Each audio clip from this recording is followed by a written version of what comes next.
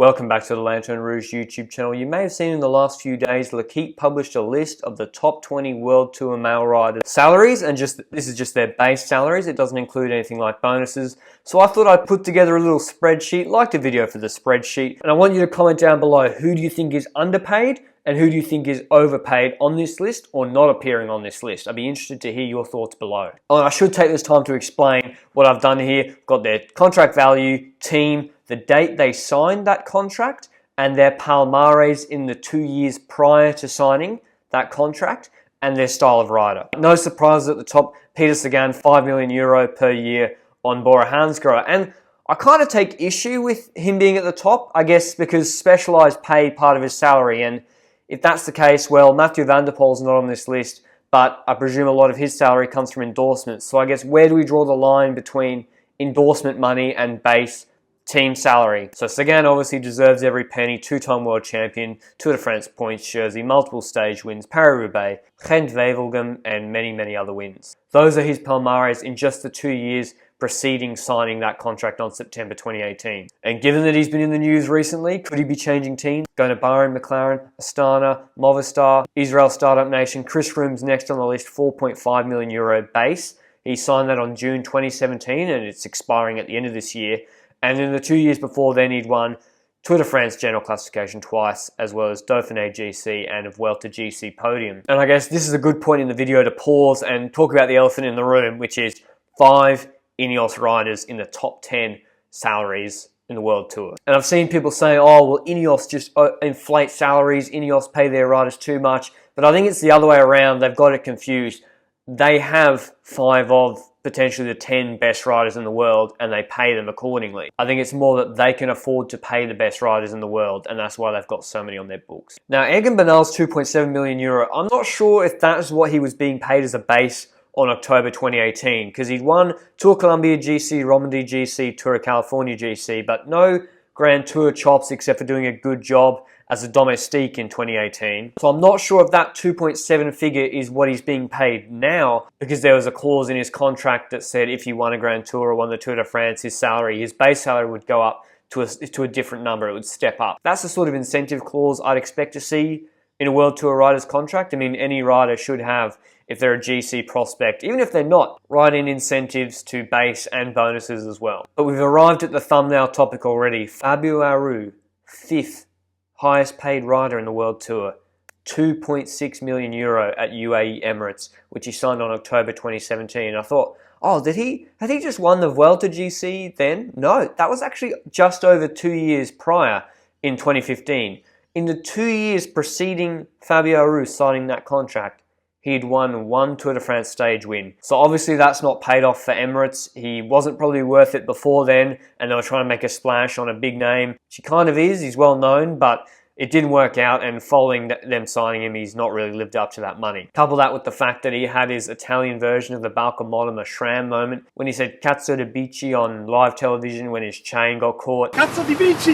Cazzo di bici! Cazzo di bici! And he had to personally apologise, I think, to Colnago after that. So, not been great for Fabio Aru at Emirates. I hope with Tadej Pogačar just getting his contract extension announced in the last month or so, which we'll get to in a minute, I hope that it's very clearly explained to Fabio Aru that he's going to be carrying the water bottles for Tadej Pogačar in whatever race he's in with Pogačar for the next 5 years. And getting to number 6, Michal Kwiatkowski. I saw this on our peloton, some people saying, oh, he's way overpaid in the context of those other riders. And I kind of disagree because you got to think about when he was signed up to that contract, not what's happened since, and whether we could have predicted his results not being as great in the last 2 years. When he signed that contract in August 2017, in just the 6 months prior to that, he had won Strade Bianche, Classica San Sebastian, Milan-San Remo, and Amstel Gold and Liège-Bastogne-Liège podiums. In 2016, I think he won E3 Harelbeke, not to mention his work as a super domestique in Tour de France stage wins. So I've always been of the view that Kwiatkowski's a top 10 rider in the world and was during that period. So I don't really see that as being a crazy number to pay him. So the next theme I wanted to talk about that I see in this spreadsheet is that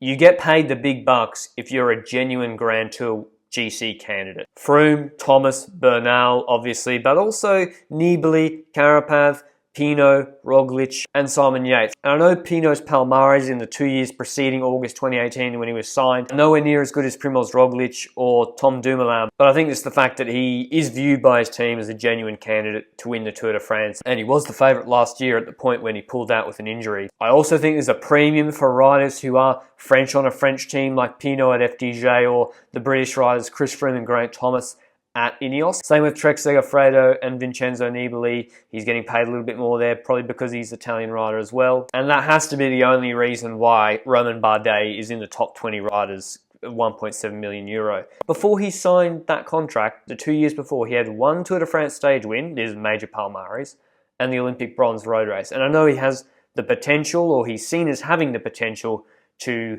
win a Grand Tour. But when you really cut through that expectation from maybe the French public or his team and look at his results, they weren't really that good in the 2 years prior to signing that contract. And since then, they've kind of been okay. But if you're having to choose between him and a rider like Bauke Mollema, I'd probably take Bauke Mollema over Romain Bardet. Same with Miguel Angel Lopez. He's in 19th, 1.5 million.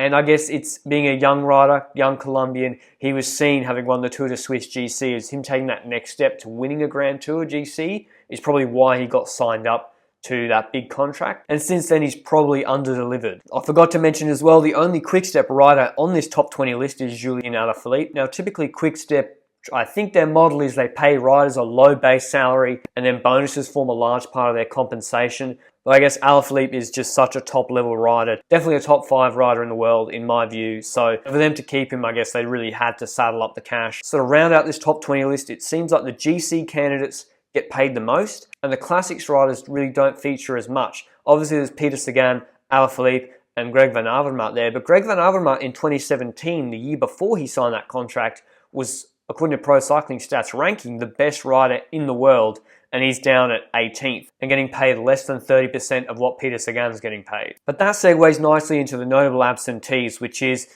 again, Matteo Trentin, riding for CCC as well, Classics rider. He's up there in the rankings in Pro Cycling Stats. He wins big races, but probably not those monument wins that really carry the big bucks. Caleb Ewan, multiple Grand Tour stage winner and Tour de France stage winner, and in my view, the best sprinter in the world, not on this list. Jakob Fuglsang, who was last year's top 3 rider or best rider in the world, winner of Liège-Bastogne-Liège. He's representative of the 1 week stage race Ardennes guys.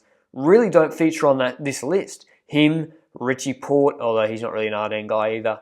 Bauke Mollema, not on that list, and I would have expected Fuglsang definitely to be in the top 15 at least. I think Tadej Pogačar being an exception is maybe a clerical error. Maybe they ran the report or got the numbers in before his contract signing in the last month or so. I would be extremely surprised if he was not in the top 10 salaries since his contract extension. And when you think about Caleb Ewan not being on that top 20 list, and yet Fernando Gaviria is getting paid 1.8 million riding for UAE, and actually Gaviria had a pretty nice Palmares in the 2 years preceding his contract signing with UAE, and actually he's a pretty young rider. He's only 25 now, and he was 23 or so when he signed that contract with UAE. So I don't really have a problem with that number. I'm just surprised that Ewan's getting paid less than him. Maybe it's the case with the sprinters like Christoph Ackermann Groenewegen and Caleb Ewan and Trentin, I guess, and the Classics guys too, who've missed the cut of that top 20 base salaries. Maybe it's more important for those riders to agree to a lower base and then have stage winning bonuses or Grand Tour stage winning bonuses, because they're actually winning more races throughout the year than, say, Chris Froome. I was also surprised that Van der Poel was not on this list. I mean, maybe he gets most of his compensation from direct sponsorship from